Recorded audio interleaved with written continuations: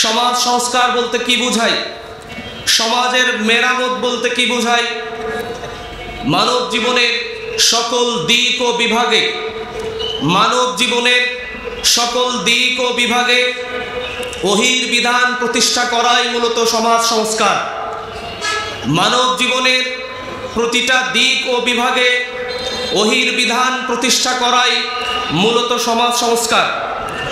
আমরা যদি দেখতে যাই বর্তমান সমাজের অবস্থা কি, এ সমাজে সংস্কার কি প্রয়োজন? নিঃসন্দেহে এ সমাজের অবস্থা, সমাজের মানুষ এমন কিছু বেশি বেশি পাপী হয়েছে যা আইয়ামে জাহিলিয়া বলতে আমরা যেটা বুঝি তার থেকেও কিছু কিছু ক্ষেত্রে ছাড়িয়ে যাচ্ছে। আল্লাহ সুবহানাহু ওয়া তাআলা পূর্বের বিভিন্ন নবীদের কওমকে ধ্বংস করেছিলেন একটি কারণ, দুটি কারণ বা দুয়ের অধিক কারণ, এ সমস্ত কারণে। আর বর্তমান সমাজের মানুষ, বর্তমান বিশ্বের মানুষ নিঃসন্দেহে তারা মাল্টি বা বিভিন্ন পাপী। সেক্ষেত্রে অবশ্যই মানুষের জীবনের প্রত্যেকটা দিক ও বিভাগে সমাজ সংস্কারের অতীব প্রয়োজন রয়েছে। আমরা যদি দেখি বর্তমান যে সরকার ব্যবস্থা বর্তমান বাংলাদেশে রয়েছে, যিনি প্রধান রয়েছেন তিনিও চাচ্ছেন বা তার যারা দায়িত্বশীল রয়েছেন তারাও চাচ্ছেন এই সমাজের সংস্কার আনতে, এদেশের সংস্কার আনতে। কিন্তু কি হবে সেই সংস্কারের মাধ্যম, কোন পদ্ধতিতেই বা হবে সেই সমাজ সংস্কার? ব্যক্তি সংস্কার আগে নাকি সমাজ সংস্কার আগে, এ বিষয় নিয়েই মূলত আমাদের মেন আলোচ্য বিষয় ইনশাআল্লাহ। নিঃসন্দেহে আমরা যদি দেখি সমাজ গঠিত হয়েছে ব্যক্তি দিয়েই। আমরা যদি লক্ষ্য করি গাছকে বাঁচাতে হলে যেমন গাছের গোড়ায় পরিচর্যা করা দরকার, সমাজকে বাঁচাতে সমাজের যে মূল উপাদান ব্যক্তি রয়েছে তাদেরকে শিরক, বিদআত এবং যাবতীয় কুসংস্কার থেকে দূরে রেখে আল্লাহর ওহীর বিধান তাদের জীবনের পরতে পরতে প্রতিষ্ঠা করাই মূলত সমাজ সংস্কার। আমরা যদি সমাজ গঠনের কথা এই বুঝে থাকি তাহলে সমাজ সংস্কারের পূর্বেই নিঃসন্দেহে আমাদের আত্মসংস্কার বা নিজেদের সংস্কার করাটা অতীব প্রয়োজন। দলিল আল্লাহ সুবহানাহু ওয়া তাআলা আল কুরআনুল কারীমের সূরা তাহরিমের 6 নম্বর আয়াতে তিনি বলছেন, বিসমিল্লাহির রহমানির রহিম, ইয়া আইয়ুহাল্লাযীনা আমানু কু আনফুসাকুম ওয়া আহলিকুম নারা। হে বিশ্বাসীগণ, তোমরা যারা প্রকৃত ঈমানদার, তোমরা তোমাদেরকে এবং তোমার আহালকে জাহান্নামের আগুন থেকে রক্ষা করো। নিঃসন্দেহে এখানে স্পষ্ট হয়েছে যে ব্যক্তি সংস্কারটাই আগে প্রয়োজন। আমি ভালো হব, আমার জীবনের প্রত্যেকটা স্তর, আমার জীবনের প্রত্যেকটা ধাপে এবং পরবর্তীতে আমার পরিবর্গের মাঝে, আমার সন্তানের মাঝে আমরা যদি সবাই সংস্কারিত হই ওহীর মাধ্যমে এবং আমার জীবনটাকে, পারিবারিক জীবনটাকে আমরা যদি ঢেলে সাজাই ওহীর আলোকে, নিঃসন্দেহে আগেই হচ্ছে সেই ব্যক্তি সংস্কার। যেভাবে আল্লাহ সুবহানাহু ওয়া তাআলা বললেন, আল্লাহ সুবহানাহু ওয়া তাআলা এই ধ্রুব সত্যকে বোঝার তৌফিক দান করুন, আল্লাহুম্মা আমিন। আল্লাহ সুবহানাহু ওয়া তাআলা সূরা শামস 9 এবং 10 নম্বর আয়াতের মধ্যে তিনি বলছেন, এ সূরা শুরু করার পূর্বেই আল্লাহ সুবহানাহু ওয়া তাআলা এভাবে বলেছেন, ওয়াশ-শামসি ওয়া দুহাহা ওয়াল কমারি ইযা তালাহা ওয়ান নাহারি ইযা জাল্লাহা। আল্লাহ সুবহানাহু ওয়া তাআলা এখানে 8টি বিষয়ের কসম করেছেন, শপথ করেছেন। করার পরে তিনি বলছেন, কাদ আফলাহা মান যাক্কাহা, সেই সফল হবে যে তার হৃদয়কে, আত্মাকে পরিশুদ্ধ করে। ওয়াকাদ খাবা মান দাসসাহা, আর সেই ক্ষতিগ্রস্ত হয় যে এই হৃদয়কে কলুষিত করে। নিঃসন্দেহে হৃদয়কে বা আত্মশুদ্ধি বা পরিশুদ্ধ হওয়ার যে মেন বিষয় সেটা হচ্ছে ইলম ও আমল দ্বারা বাহ্যিক ও আভ্যন্তরীণ শুদ্ধিতা অর্জন করা। প্রথমত ইলম অর্জন করা, যেমনিভাবে ইমাম বুখারী রাহিমাহুল্লাহ তিনি তার সহিহুল বুখারীতে সুন্দর একটি বাব রচনা করেছেন। এটা আমরা আলহামদুলিল্লাহ অনেকেই জানি, আল ইলমু ক্বাবলাল কওলি ওয়াল আমাল। সেখানে এই আত্মসংস্কার করতে যে, নিজেকে পরিশুদ্ধ করতে যে বিষয়টি আগে প্রয়োজন, সেটা হচ্ছে ইলম অর্জন করা বা জ্ঞান অর্জন করা। এবং জ্ঞান অর্জন করার মাধ্যমে জ্ঞান এবং আমল এ দুইয়ের সমন্বয়ে ভেতর এবং বাহির উভয় সংস্কার করা, ভেতর এবং বাহিরের সংস্কারের মধ্য থেকে পাপ তাপ থেকে নিজেকে রক্ষা করা, সাথে সাথে বিশেষত এখানে যে বিষয়টি গুরুত্বপূর্ণ সেটা হচ্ছে আগে সমস্ত ধরনের পাপ থেকে বাঁচার পূর্বে যেই বিষয় থেকে বাঁচতে হবে সেটা হচ্ছে সকল প্রকারের শিরক থেকে নিজেকে রক্ষা করা। আল্লাহ সুবহানাহু ওয়া তাআলা আমাদের বোঝার তৌফিক দান করুন, আল্লাহুম্মা আমিন। আল্লাহ সুবহানাহু ওয়া তাআলা সূরা শুআরা ৮৮ এবং ৮৯ নম্বর আয়াতের মধ্যে তিনি আরো স্পষ্ট ভাষায় বলছেন, ইয়াউমা লা ইয়ানফাউ মালু ওয়ালা বানুন ইল্লা মান আতাল্লাহা বিকলবিন সালিম।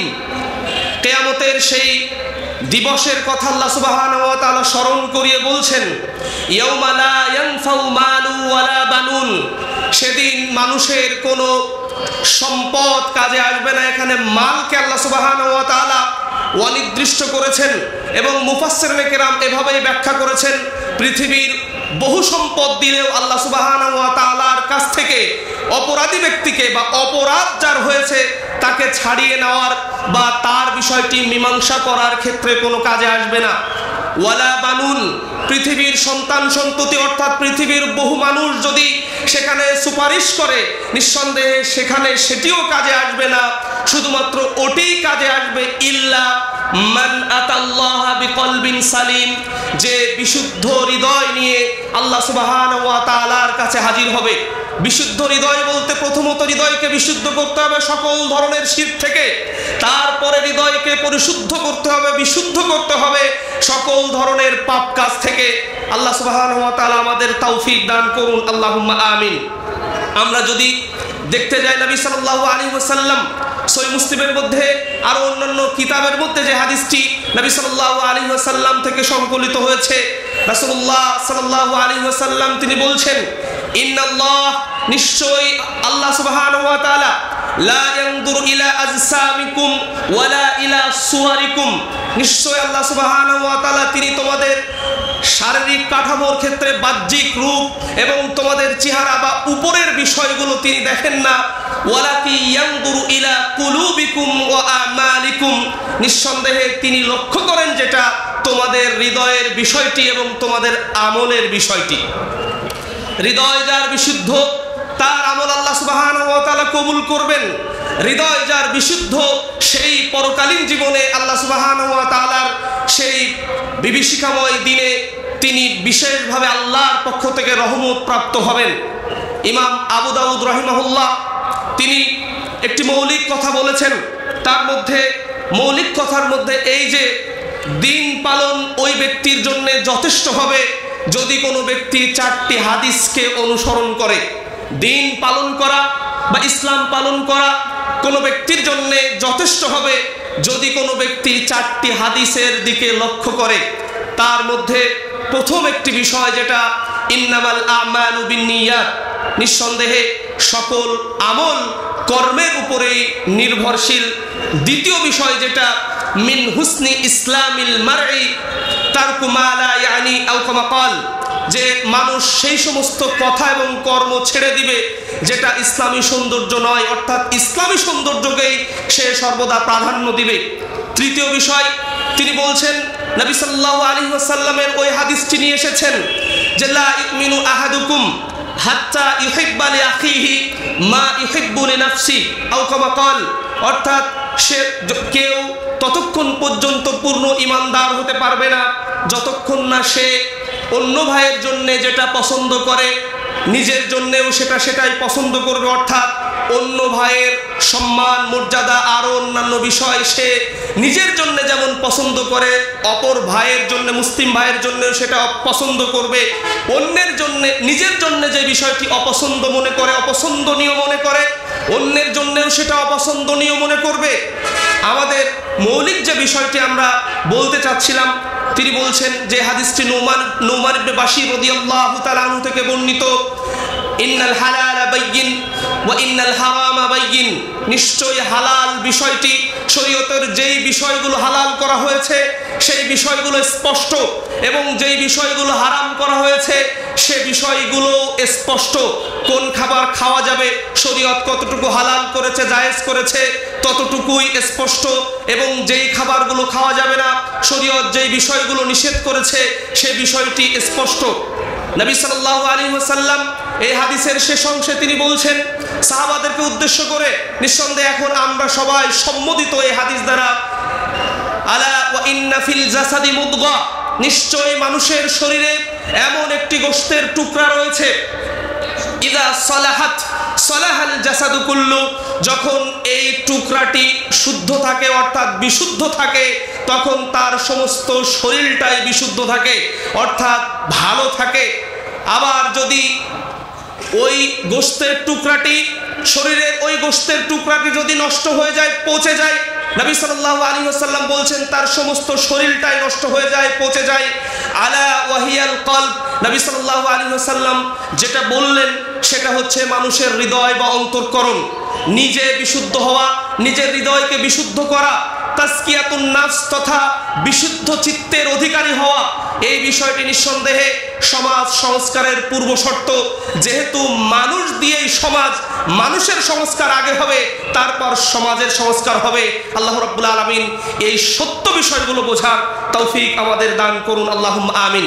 আল্লাহ সুবহানাহু ওয়া তাআলা তিনি বলছেন সূরা ফাতির 18 নম্বর আয়াত, ওয়ামান তাযাক্কা ফাইন্নামা ইয়াতাযাক্কা লিনাফসি ওয়া ইলাল্লাহিল মাসির, নিঃসন্দেহে যে পরিশুদ্ধিতা অর্থাৎ বিশুদ্ধ হৃদয় এই বিষয়টি অর্জন করে সে ওই বিষয়টি নিঃসন্দেহে তার নিজের জন্যেই, যে মান তাযাক্কা ফাইন্নামা ইয়াতাযাক্কা লিনাফসি, যেমনিভাবে আল্লাহ সুবহানাহু ওয়া তাআলা তিনি বলেছেন ওমাই ইয়াশকুর ফাইন্নামা ইয়াশকুরু লিনাফসি, যে আল্লাহর কৃতজ্ঞ ভাজন হয়, কৃতজ্ঞ বান্দাদের অন্তর্ভুক্ত হয়, নিঃসন্দেহে এই কৃতজ্ঞতা তার নিজের জন্যই করে, অর্থাৎ সে জাহান্নাম থেকে বাঁচার জন্য আল্লাহর এই বিধান, নবী সাল্লাল্লাহু আলাইহি ওয়াসাল্লামের এই বিধানকে পালন করে।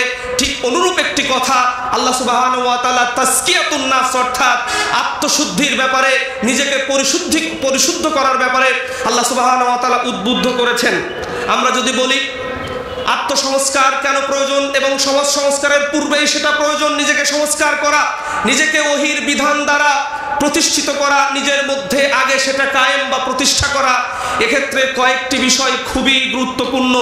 আমরা যদি দেখতে চাই তাহলে আত্মশুদ্ধি বা তাজকিয়াতুন নাফস করতে গেলে প্রথম শর্ত হচ্ছে এই নাফসকে বা বডিকে, মানুষের এই 3.5 হাত বডিকে, আমার আপনার শরীরকে সর্বপ্রকার শিরক থেকে, সেটা কথার দ্বারা হোক, সেটা কর্মের দ্বারা হোক, সেটা আমলের দ্বারা হোক, সেটা আকীদা বা বিশ্বাসের দ্বারা হোক, সর্ব অবস্থায় সেই বিষয়গুলো বর্জন করা। নিঃসন্দেহে এর মধ্যে অন্তরায় হয়ে দাঁড়ায় যে বিষয়গুলো, আমরা যদি বলি জনগণই সকল ক্ষমতার উৎস, নিঃসন্দেহে সেটা আমাদের আকীদাগত বিভ্রান্তির বহিঃপ্রকাশ হয়। যদিও আল্লাহ সুবহানাহু ওয়া তাআলা তিনি বলছেন কুলিল্লাহুম্মা মালিকাল মুলক তুতিল মুলকা মান তাশা, এই আয়াতের স্পষ্ট বিরোধী কথা হচ্ছে জনগণই সকল ক্ষমতার উৎস। আমরা বলছিলাম হৃদয়কে সর্বপ্রকার, নিজেকে সর্বপ্রকারের শিরকের সংমিশ্রণ থেকে নিজেকে রক্ষা করা, তার মধ্যে যদি আমরা এই আকীদা পোষণ করি, আল্লাহ সুবহানাহু ওয়া তাআলার আয়াতের বিরোধী অবস্থানে আমরা চলে যাব। আল্লাহ আমাদেরকে পূর্ণ হেদায়েত দান করুন, আল্লাহুম্মা আমিন। আমরা যদি বলি অধিকাংশের রায় চূড়ান্ত, নিঃসন্দেহে এই কথার দ্বারা আমার মুখ থেকে বা আমার জবান থেকে বা আমার আকীদাগত দিক থেকে এমন এক বিধ্বংসী বিস্ফোরণ ঘটেছে যা আল্লাহ সুবহানাহু ওয়া তাআলা ওই নবী সাল্লাল্লাহু আলাইহি ওয়াসাল্লামের উপরে যেই বিধান নাজিল করলেন, আল ইয়াউমা আকমালতু লাকুম দীনাকুম ওয়া আতমামতু আলাইকুম নি'মাতি ওয়া রাদিতু লাকুমুল ইসলাম দীনা, এই সূরা মায়েদার আয়াতের স্পষ্ট বিরোধী বিষয়। আবার তিনি যে বিষয়টি বললেন সার্বিকভাবে পবিত্র কোরআন এবং সহিহ হাদিসে সর্ব অবস্থায় চূড়ান্ত, এবং এটাই হচ্ছে মাপকাঠি, নিঃসন্দেহে জনগণ কোনোদিন মাপকাঠি হতে পারে না। তৃতীয় বিষয়, অনেকেই বলে থাকেন এভাবে যে আরে প্রকৃত ইসলাম নয়, এখন মানবতাকেই আমাদের প্রাধান্য দিতে হবে, মানবতা আগে, মানবতার দোহাই দিয়ে যারা পবিত্র কোরআন এবং সহিহ সুন্নাহকে পদদলিত করতে চায়, নিঃসন্দেহে আহলে হাদিস আন্দোলন বাংলাদেশ তাদের বিরুদ্ধে অবস্থান করছে। কেন এই অবস্থান? নিঃসন্দেহে আমরা বলতে চাচ্ছি এই কথাই, পবিত্র কোরআন এবং সহিহ সুন্নাহর কষ্টি পাথরে যেটি চলবে সেটাই চলবে। এর বিরুদ্ধে যদি কেউ কিছু আনতে চায়, আল্লাহ সুবহানাহু ওয়া তাআলার স্পষ্ট ঘোষণা, ওয়া মান ইয়াবতাগি গায়রাল ইসলামি দীনা ফালাই ইউকবালা মিন ওয়া হুয়া ফিল আখিরাতি মিনাল খাসিরিন। ইসলামের বাইরে কোনো কিছু আনার কখনোই কোনো সুযোগ নেই। আল্লাহ রাব্বুল আলামিন এই সত্যটি বোঝার, যদিও বুঝি তারপরে অপব্যাখ্যা করি, অনেক ক্ষেত্রে আল্লাহ এই পূর্ণ হেদায়েত আমাদের দান করুন, আল্লাহুম্মা আমিন। আল্লাহ নবী সাল্লাল্লাহু আলাইহি ওয়াসাল্লাম ছবি মূর্তির বিরুদ্ধে সর্বদা অবস্থান করেছিলেন। আপনি আমি হয়তোবা বলবো, কই না তো আমার ছবি মূর্তির পক্ষে কোনো অবস্থান নেই। তাহলে নাম ধরে ইসলামকে ব্যবহার করে রাস্তায় রাস্তায় আগের যে মূর্তিগুলো মানুষ পদদলিত করেছে, গলায় রশি দিয়ে রাস্তায় টেনেছে, গুড়িয়ে দিয়েছে, আবার কেন লেবাস দিয়ে সেই মূর্তিগুলো ছবিগুলো রাস্তায় টানানো হচ্ছে? প্রিয় ভাইরা, নিঃসন্দেহে এটা শিরকের পর্যায়ে নিঃসন্দেহে পড়বে। শিরক তো সূরা অর্থাৎ বা কোন শেকেল টানানো, ঝোলানো, আমি স্কাল্পচার বলি বা মানে মূর্তি বলি আর ভাস্কর্য বলি, সব একই বিষয়। তাদেরকে আল্লাহ রাব্বুল আলামিন এজন্যই বলবেন তোমরা এগুলোর প্রাণ দাও। কেন নবী সাল্লাল্লাহু আলাইহি ওয়াসাল্লাম বলছেন লা তাদখুলুল মালাইকাতু বাইতান? এই কথা কেন নবী সাল্লাল্লাহু আলাইহি ওয়াসাল্লাম বললেন? ফেরেশতা প্রবেশ করবে না। আর আমি এই আকীদা নিয়ে প্রতিদিন ঘুমাই, আর এই ঘুম যদি আমার শেষ ঘুম হয়ে যায়, তাহলে আল্লাহর কাছে কি কৈফিয়ত দেব? আল্লাহ আমাদেরকে হেফাজত করুন, আল্লাহুম্মা আমিন। নিঃসন্দেহে আপনি বলবেন আমার এর মধ্যে সহযোগিতা নেই। আপনি হয়তোবা টানিয়েছেন, হয়তোবা আপনার অর্থের যোগান ছিল। আপনার অর্থ সম্পর্কে আল্লাহ রাব্বুল আলামিন কিয়ামতের ময়দানে যে জিজ্ঞাসা করবেন, আদম সন্তান তুমি তৃতীয় এবং চতুর্থ প্রশ্নের উত্তর দাও। তুমি তোমার সম্পদকে মিন আইনা ইকতাসাবা ওয়া ফিমা আনফাকা, তুমি কোথা থেকে তোমার সম্পদ উপার্জন করেছো এবং কোথায় ব্যয় করেছো, এই প্রশ্ন কিন্তু আমাকে করা হবে। সুতরাং আমার টাকা দিয়ে ছবি মূর্তি কেন, ছবি মূর্তির কোনো চিন্তাও যেন না হয়, এটা মুসলিমের কোনোদিন আকীদা হতে পারে না। এই সংস্কার নিজেকে আনা প্রয়োজন। এই আকীদা এবং বিশ্বাস নিজের মধ্যে যদি না আসে, আমরা যতই বলি না কেন, গাছের উপরে যদি আমি পানি ঢালি আর গাছের গোড়াকে যদি দূরে রাখি, গাছ যেমন বাঁচবে না, ঠিক সমাজ সংস্কারের স্লোগান দিয়ে আমি যদি ব্যক্তি সংস্কারিত না হই, নিঃসন্দেহে এই সমাজ, এই দেশ, এই বিশ্বের সংস্কার আনা সম্ভব নয়। আল্লাহ রাব্বুল আলামিন আমাদের এই সত্যগুলো বোঝার এবং পূর্ণ হেদায়েত তিনি দান করুন, আল্লাহুম্মা আমিন। সম্মানিত সুধী মণ্ডলী, দ্বিতীয় শর্তের দিকে যদি আমরা বলতে চাই, নিঃসন্দেহে সর্বপ্রকার পাপ থেকে, সেটা হোক ছোট পাপ, সেটা হোক বড় পাপ, ছোট পাপ, বড় পাপ, আর বড়র বড় যেটা ইন্নাশ শিরকা লাযুলমুন আযীম, আমরা আগেই কিছু কথা বলার চেষ্টা করেছি এবং আমাদের সম্মানিত আলোচকগণ যারা আছেন, আশা করছি আপনারা আমাদের আলোচনায় স্পষ্ট বুঝতে পারছেন। আল্লাহ রাব্বুল আলামিন শুধু শোনা নয়, এটা যেন হৃদয়ে গেঁথে বাড়িতে যে